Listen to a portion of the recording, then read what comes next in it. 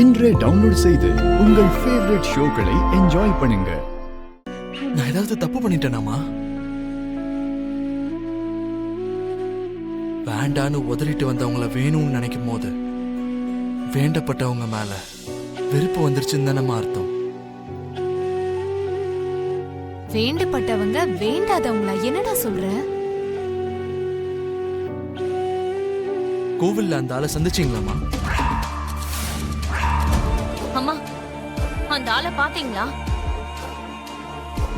இவ்ளோ நடந்ததுக்கு அப்புறமும் எப்படிமா உங்களால மட்டும் அந்த ஆளை பார்க்க முடிஞ்சது? அந்த ஆளை நினைக்க கூட எங்க 2 பேருக்கு பிடிக்காது. அப்படி இருக்கும்போது அண்ணாக்கு தெரியாம எப்படிமா நீங்க போய் பாத்தீங்க?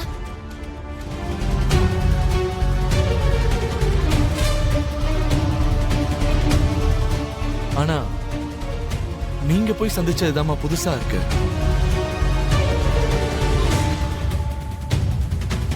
எதுக்காகமா இப்படி பண்ணீங்க? சொல்லுங்கம்மா, எதுக்காக போனீங்க? உனக்காக தான்டா போனேன். நான் உனக்காக தான் போனேன். உனக்காக மட்டும்தான்.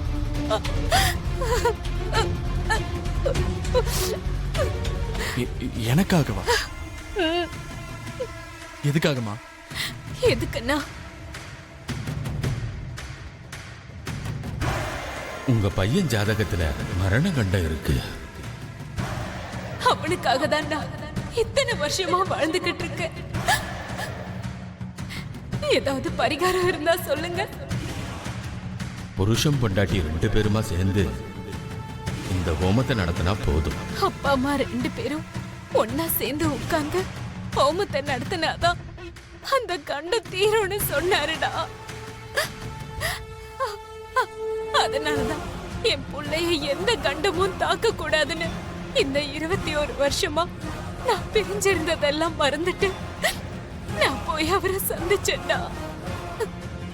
உன்கிட்ட சொன்னா நீ அதுக்கு ஒத்துக்க மாட்டேன், எனக்கு தெரியும்டா.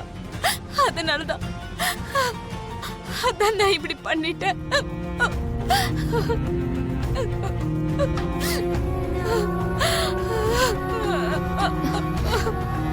அம்மா, அம்மா, அழாதீங்கம்மா.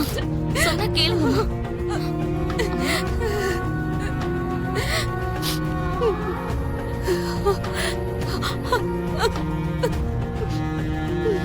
மறந்துட்டீங்களாமா? சின்ன வயசுலயே நம்மளுக்கு தெரியாத உறவுகள் எல்லாம் நமக்குன்னு யாருமே இல்ல, அதனால அப்பான்னு கூப்பிடக்கூடாதுன்னு அப்பவே சொன்னீங்களேம்மா. இன்னைக்கு என்னோட கழுத்தை பிடிச்ச அந்த ஆளு வெளியே தள்ளி விட்டுட்டாரு. நாம நம்ம வீட்டுல 21 வருஷமா அந்த ஆளுடைய நிழலே படாம தான் நம்ம வாழ்ந்தோம். ஆனா இன்னைக்கு அந்த ஆளாலதான் நான் உயிரோட இருப்பேன்னா அப்படிப்பட்ட வாழ்க்கையே தேவையில்லை. வாழ்க்கையே தேவையில்லை. வாழ்க்கையே தேவையில்லை.